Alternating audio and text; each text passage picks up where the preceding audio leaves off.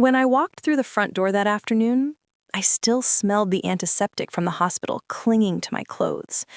My right arm ached from where the IV had been, and I was trying my best to balance the bag of medication the nurse had handed me. I hadn't been home in 2 weeks, just long enough to miss the smell of my own kitchen, the quiet hum of our old refrigerator, and the comfort of the beige couch that had molded itself around my shape over the years.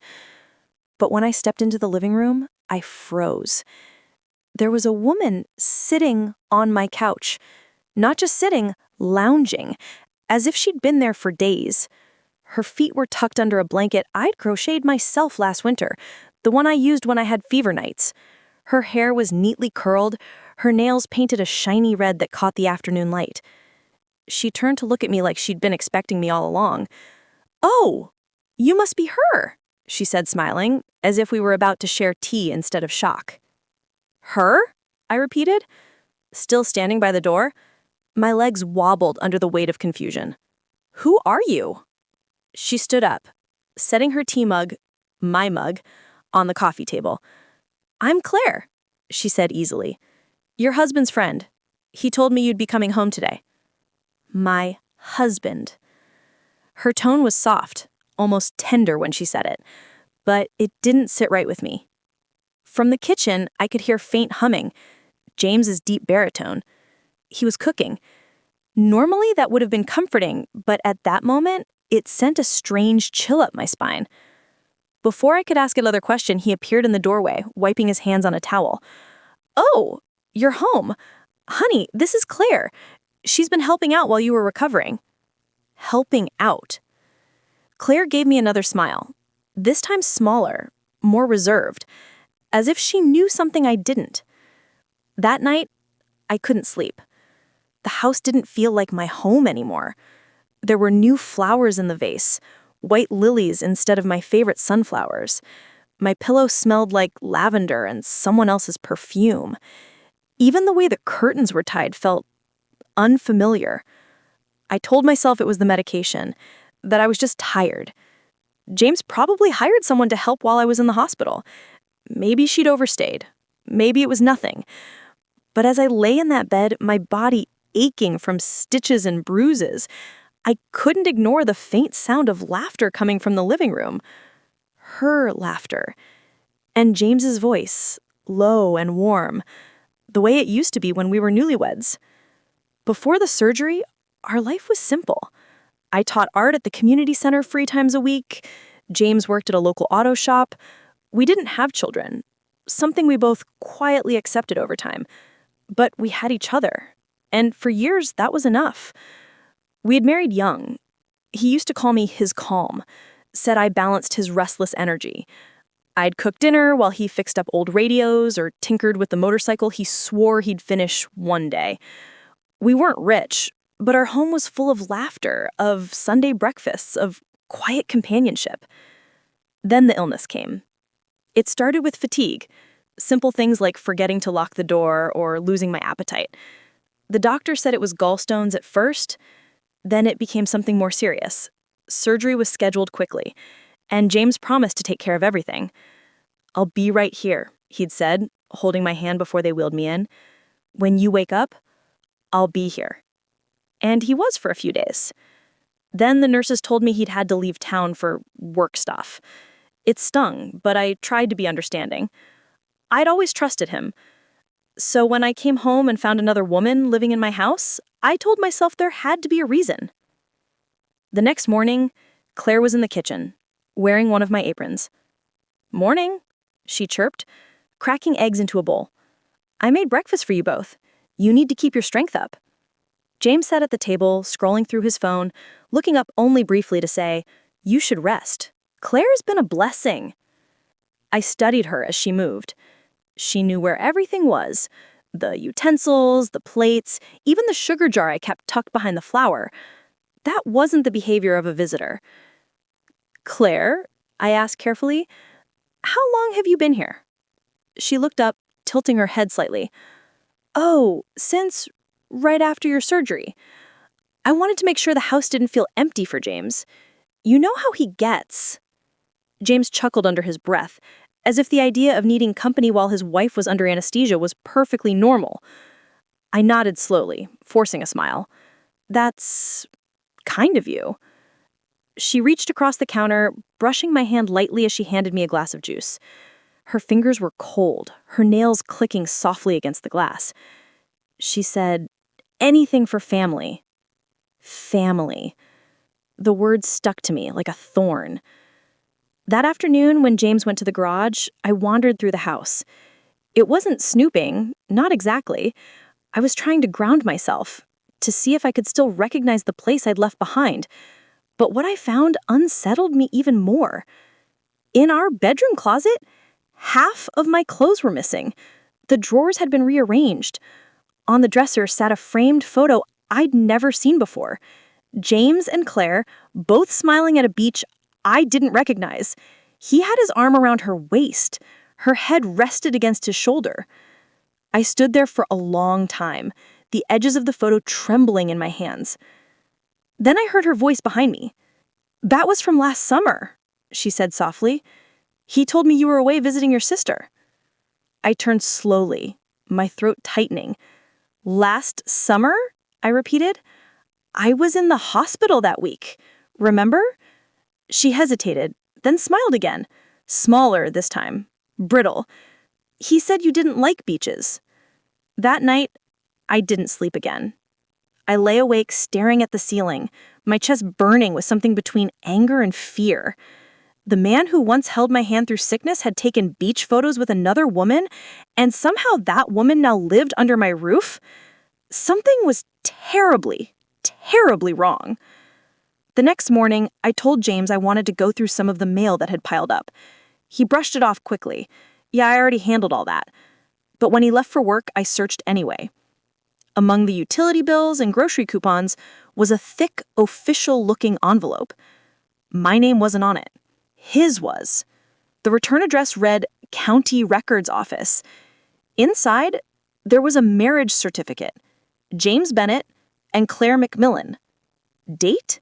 2 weeks before my discharge from the hospital. I sat there for a long time, the world blurring at the edges. I remember the way the sunlight hit the table, slicing across the papers like a wound. The air in the room felt heavy, pressing down on my lungs until I could barely breathe. He hadn't just cheated, he had married her. And the worst part? The certificate listed Claire as widow of James Bennett. She was his widow. Meaning, in some twisted official record, I was already dead. I don't remember the first few minutes after reading that certificate. My mind simply blanked. All I could hear was the faint hum of the refrigerator, the clock ticking too loudly on the wall. Then my hands began to tremble. The paper crumpled slightly in my grip as the words blurred again and again. Widow of James Bennett. How could someone be a widow to a man who was very much alive and sitting in my house, cooking dinner as if nothing was wrong? I must have sat there for an hour before I gathered the courage to move. I placed the document back in the envelope, slid it under a pile of old magazines, and took a long, shaky breath. I needed time. If I confronted him without understanding everything, he'd twist the story, as he'd done before, in smaller ways. I knew that much about him. I decided to pretend. For now.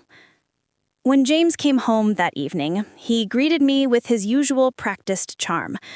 "You look better," he said, leaning down to kiss my forehead.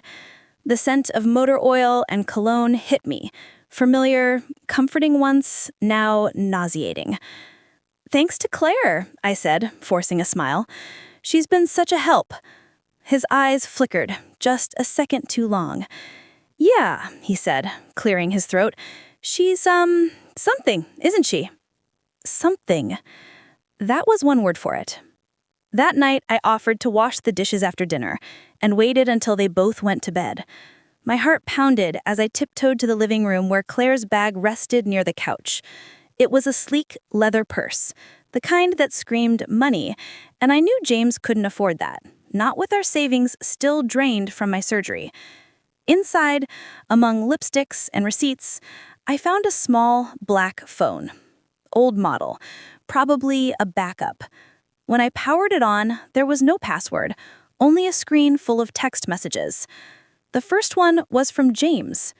Paperwork done. You're listed as widow, just like we planned. Keep it quiet till she's stable. Stable? Like I was a patient, not a person. You deserve this, Claire. I'll make it official once her discharge clears. My stomach twisted. I scrolled faster. She signed the hospital forms. They think she might not make it. If she doesn't, you get everything. That last one made me drop the phone. My hands shook so hard I could barely breathe. They hadn't just lied. They had planned for me to die. The next morning, I looked at them differently. Claire hummed as she made coffee, wearing my silk robe. James kissed her cheek casually before heading out, not even bothering to hide it anymore. They were comfortable. Too comfortable. I realized then that in their minds, I was already gone. A ghost, walking through her own house.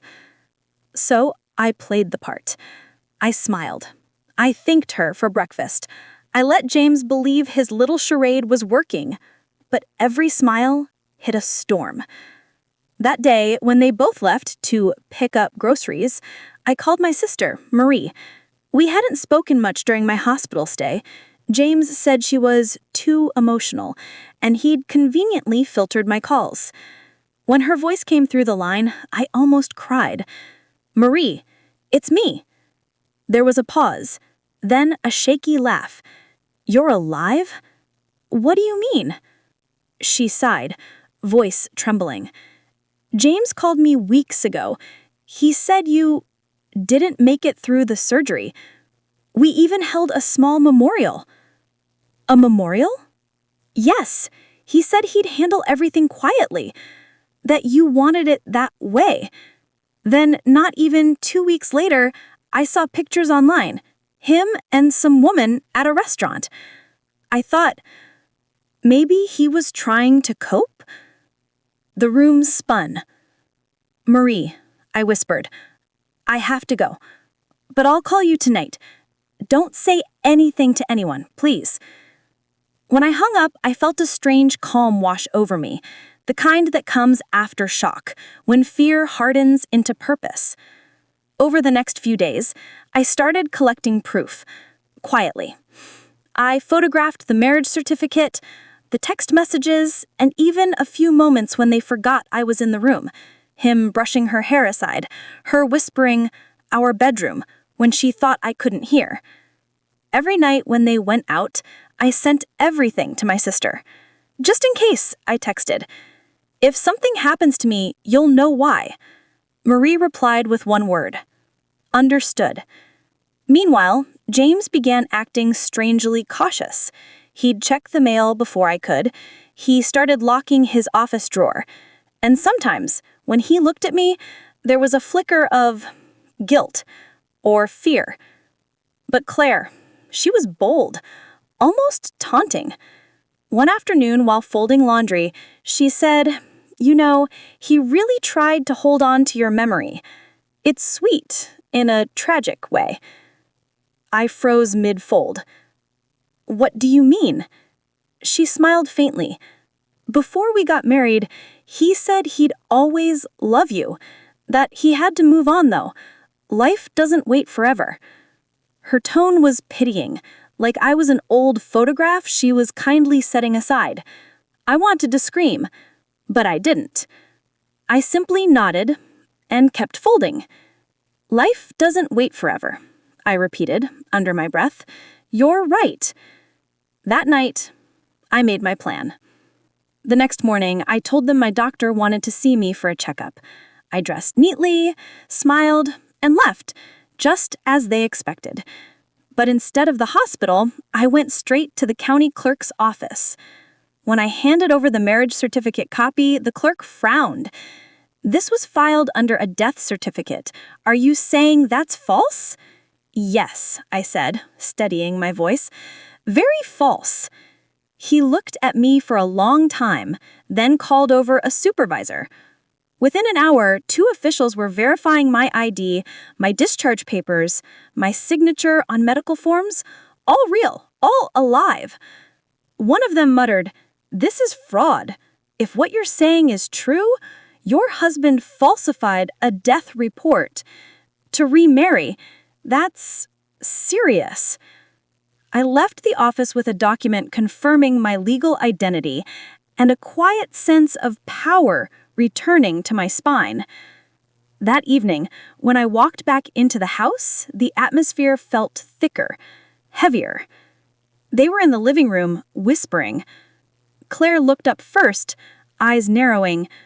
"You're home early?" "Yes," I said softly. "Doctor said I'm recovering faster than expected." James smiled tightly. "That's great." I stepped closer, laying a folder on the table. "He also said I should take care of any unfinished paperwork." They both froze as I opened the folder, revealing the printed marriage certificate and the county letter declaring it invalid due to falsified death records. James went pale. "Where did you get that?" "I live here. Remember?" For a long moment, none of us spoke. The only sound was the faint tick of the wall clock. Then Claire stood up, her voice sharp. "You can't prove anything." I met her gaze evenly. "Oh, but I already have. County office knows, and they have everything they need, including texts, photos, and witnesses who attended my memorial." James sank onto the couch, running a hand through his hair. "You don't understand." "No," I interrupted, my voice calm but firm. "For once, you don't get to explain. You let the world think I was dead. You married someone else. While I was under anesthesia, you used my name, my home, my life, and you almost got away with it." Silence. Then Claire grabbed her purse, muttering, "I'm not going down for this," and stormed out. James didn't follow her. He just sat there, shoulders slumped, as if the life he'd built on lies had finally collapsed. He didn't speak for a long time after she left. The air between us was thick, like smoke after a fire, stinging, but somehow quiet. James stared at the folder on the coffee table, the papers spilling slightly over the edges like the mess he'd tried so hard to hide. His fingers twitched, the way they always did when he was cornered. I used to think it was nerves. Now I saw it for what it was. Fear. "I didn't mean for it to go that far," he said finally, his voice low, almost a whisper. I folded my arms, the ache in my abdomen reminding me I was still healing, not just from the surgery, but from everything else too. "You filed my death certificate," I said slowly. "You married her. How far did you mean for it to go, James?" He looked up, eyes wet. "She said we could fix everything. The bills, the insurance. You were sick, and the hospital was threatening to send more notices. She told me it would just be temporary, some paperwork trick, so we could get the payout from your policy." My stomach dropped. "Insurance fraud?" He rubbed his face. "It wasn't supposed to be real, but once they declared you dead on record, we had to go along with it. I thought I could undo it once you got better, but you married her," I finished for him. He didn't deny it, just nodded weakly. "She said it would make it look legitimate, that no one would question it." "And you believed her?" He looked up at me, desperate. "I was drowning, Lisa. The debt, the stress, the thought of losing you. I made the wrong call." Wrong call. That was how he described erasing me from existence. "You could have asked me for help," I said quietly. "We would have found a way, together." His eyes flickered with something like shame. "You always believed in together. I don't know why I stopped." That night, I slept in the guest room. I couldn't bear the thought of lying next to him, not after everything.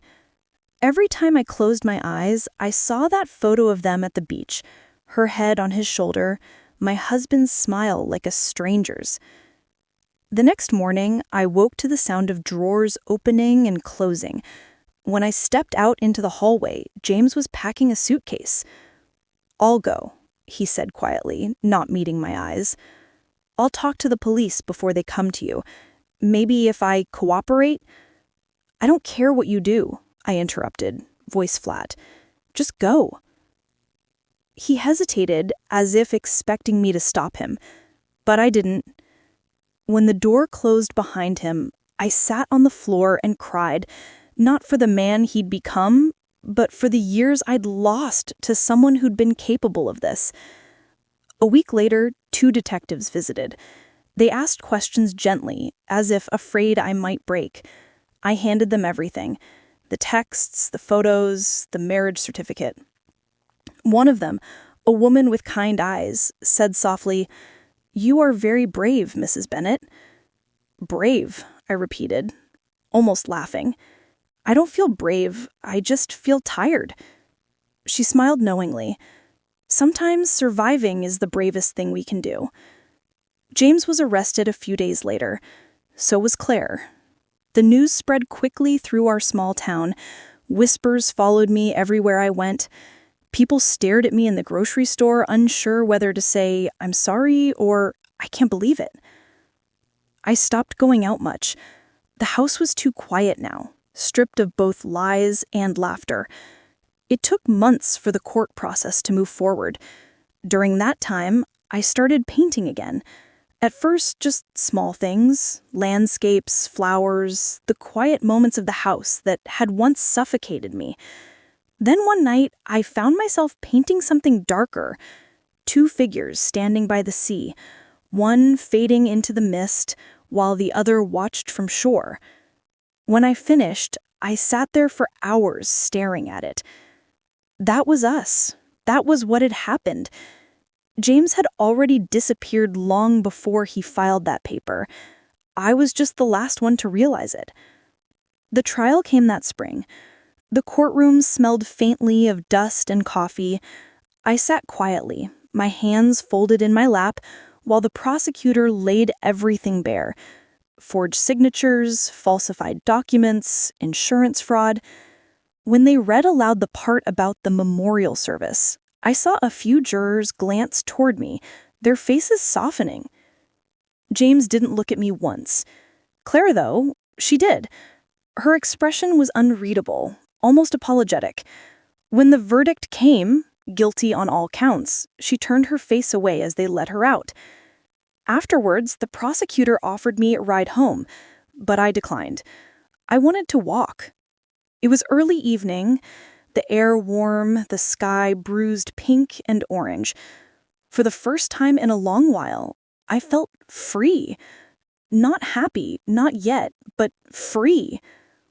In the months that followed, I started over slowly. I sold the house. Too many ghosts there. Too many echoes of laughter that wasn't mine. I moved to a small apartment overlooking the park. Mornings became gentler again. I made coffee in quiet peace, painted by the window, and sometimes watched families pass below. Marie visited often. She'd bring groceries, sit cross-legged on my couch, and tell me about her kids. One evening, she brought a small potted sunflower. "For brightness," she said. I smiled. "You always did know what I needed." She hesitated, then asked softly, "Do you ever think about him?" I took a long breath. Not in anger anymore, just in understanding. Some people break when life tests them, others learn. I just wish he'd chosen differently. Marie nodded. "You still have your kindness. That's rare." I thought about that long after she left. Maybe kindness wasn't weakness after all. Maybe it was the quiet strength that kept me from becoming bitter, from letting their betrayal define me. A year later, I received a letter, parole hearing notice. James had written an apology, apparently. I never read it. I didn't need to. Instead, I spent that morning walking through the park. The sun filtered through the trees, warm and forgiving. Kids laughed in the distance, the world carrying on. For the first time since the hospital, I felt something like peace. When I returned home, I opened my sketchbook and wrote a single line under one of my incomplete paintings. You can lose everything and still find yourself again. And somehow that felt like the ending I deserved. That night, before bed, I made tea and sat by the window, the sunflower glowing gold under the streetlight. I thought of the woman who'd come into my home and called herself my husband's friend, of the man who'd looked me in the eye while erasing my name. I didn't hate them anymore. Hate ties you to the past, and I'd done my time there. I whispered a quiet thank you to the pain, to the loss, to the strange grace that follows survival. Then I smiled, softly, because for the first time, my house, no, my life, felt entirely my own. Sometimes when I look back on that chapter of my life, I still feel the ache of disbelief. How a person you trust with your whole heart can turn your love into paperwork. How silence can be more violent than words. But here's what I learned. Truth has a way of finding its own light. No matter how carefully someone buries it, it grows restless underground. Eventually, it rises. In those dark days, I thought the worst thing that could happen was being forgotten. I was wrong. The worst thing would have been letting their betrayal harden me, turning my heart cold, my soul suspicious of every kindness. So, I chose differently. I chose to rebuild slowly, quietly, with paint-stained hands and honest laughter. I chose to forgive, not for them, but for me. Because forgiveness doesn't erase what they did, it just frees you from carrying it. If you've ever been lied to so deeply that you question your own reality, I hope my story reminds you, you are not the lie they told. You are the truth that survived it. People will show you who they are when love becomes inconvenient. Believe them. Then choose peace anyway. Because peace, real peace, isn't given, it's reclaimed. So, if you were in my place, what would you have done? Would you have exposed them like I did? Or simply walked away without looking back? Tell me in the comments, my dears.